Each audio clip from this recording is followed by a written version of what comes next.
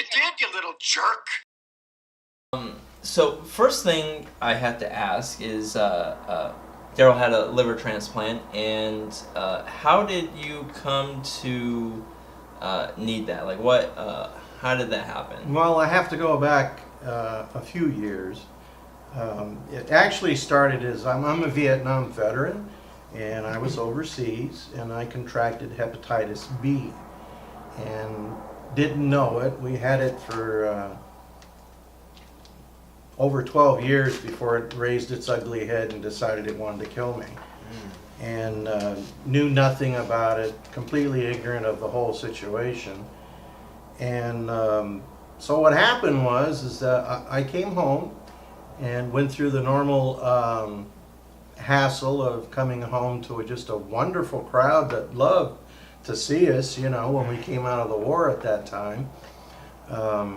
Being a little psychotic about it. Yeah, no, not psychotic about it, but sarcastic about it. That and dealing with my own demons, you know, from the war and everything else.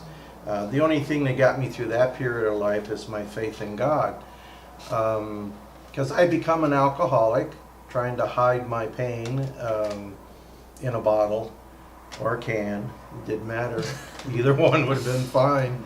And unfortunately, I stayed in that state for almost 10 years before I got my act together. I almost lost everything that I had and that I loved. I know my wife loves me because she stayed with me. But I fought my way through it, and the only way that I could do that was with God, asking God to step in and take a hold of that and take it away from me, because I was too far gone in it. I enjoyed it, even though it was misery, but it took away a lot of the other pain that sat inside. Even so, I still worked every day. I didn't miss any work. I was what they call a social alcoholic, which that's kind of what I was. Right. So, I know, because what was his face? Charlie Sheen. Charlie Sheen, he was considered a functioning alcoholic. Right, functioning alcoholic. Yeah. Even though he was doing that show, what was 2.5 Men. 2.5 Men, right?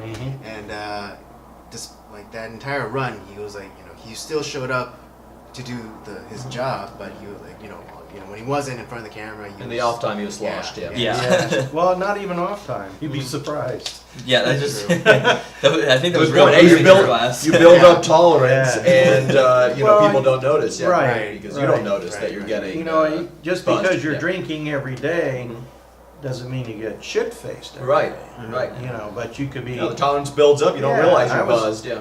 Well, that was part of the problem, too. In Vietnam, because of the heat, you'd drink a case of beer and sweat half of it out, and still wouldn't get no buzz. Right. You know, so then you come home, you get that case of beer, and you go, oh my God, that cost me, back then, now people are going to be shocked.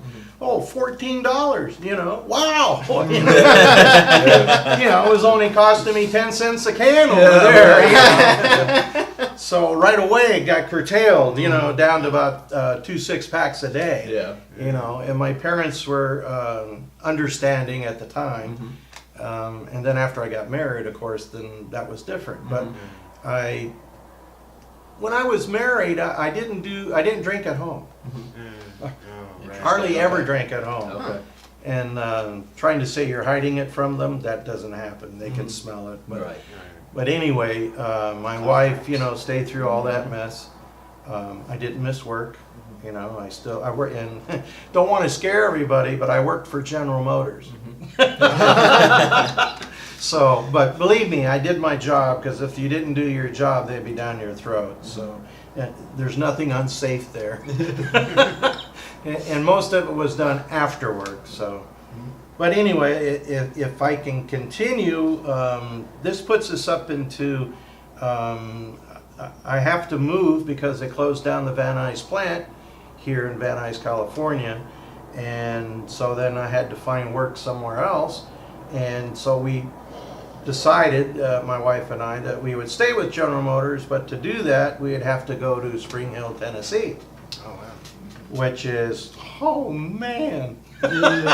What a Night and difference. day. What a difference.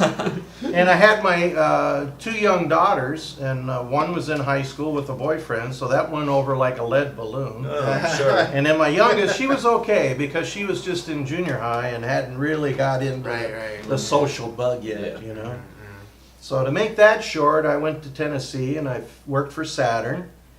At that time, I had quit drinking. I had quit drinking in the 80s. Well, God helped me get through it, and I just said I'm not going to touch a thing again, and I didn't. And that was 1984. I stopped Been a drinking. while. Yeah, it's been a while. Well, I'm not that young either. No.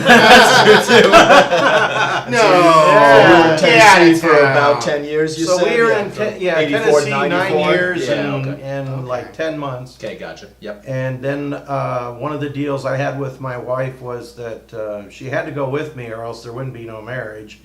And she didn't want to go. She, you know, all her family, and she was raised, and the kids here and everybody else. So I says, I'll tell you what. I says, if you go with me, I says, we'll get the pension, then we'll come right back here. Or we can live anywhere you want. I can live anywhere you want, as long as it's with you. And that's how I felt. So she said, okay. So I'm going to speed it up a little bit. So now I'm ready for retirement, which was, this is another coincidence, September 1st, 2001. Okay.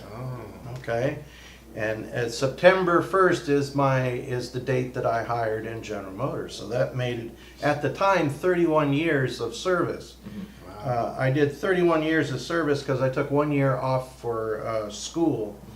I went to college after I got back from Nam because I couldn't handle the work at the time. So it kind of chilled me out to go to school, do something different, and then go to work. So I did that. So I had to put in 31 years. When I got ready to retire, the funny part was in April and May, I noticed that things were starting to disappear in the house. And as closer we got to September, the fewer things were in that house. Your wife was ready to move back out to California. Even Yeah, before she's holding you to that. She's Yeah. holding you to that. Absolutely. And so then one day I decided I'm going to look in the garage, and here's the garage, you know, half full with packed boxes. You Wow. know, she's ready to go. Yep. So comes around, I take the rest of my vacation time off, put the house up for sale there, and get ready for my retirement. So I retired September 1st, went in, signed my papers, was home, and then the next big thing in my life, of course, we saw 9/11. I was sitting on the couch watching it, which is very stunned as anyone, and it just broke me into tears to think of all the people. But after that, the next thing on the focus was moving. So I moved myself, which is, you know, I had no real close friends I could lean on to say, hey, come over and help, because they're all working. So anyway, we packed everything up, and we were here before Thanksgiving. Pretty So good. it didn't take long for us to get out of town. Yeah, 2.5 you know. months. You were all done. And to be perfectly honest, if it wasn't for my wife's asthma and the allergy issue, which I didn't know when we went to Tennessee. Tennessee is the capital of allergies. The ragweed. Yeah, because there's no Yeah. break. See, they get the winter stuff Yeah. and they get the summer stuff. And so my wife, because of her asthma and everything, she was taking more medication. So it was hard on her, you know, going through the seasons. Other than that, believe me, the place is really nice. I mean, to live, the people are nice. I mean, no one locked their doors. No Seems one, like just a nice rural area. it's just a from real the rural. way And you're I was out in the describing it, boonies too. Yeah. We made sure we were out in our kind of like boonies. Mayberry. Yeah, it was. I mean, there was only 1,300 in the town. Right. There where I was, because I says, oh, I'm not going to go live in And this was city. and was that town kind of like, not full on, but was it like kind of like the GM like city? No, not at or all. town where Spring most- Hill where was more where most so. of the employees live. No, there was No. very few that lived out that way. Okay. And when I was searching for a house, I was looking for acreage because I wanted room. Right. You know, here we sneeze and the neighbor goes, "Thank you." Yeah, right, exactly. Yeah.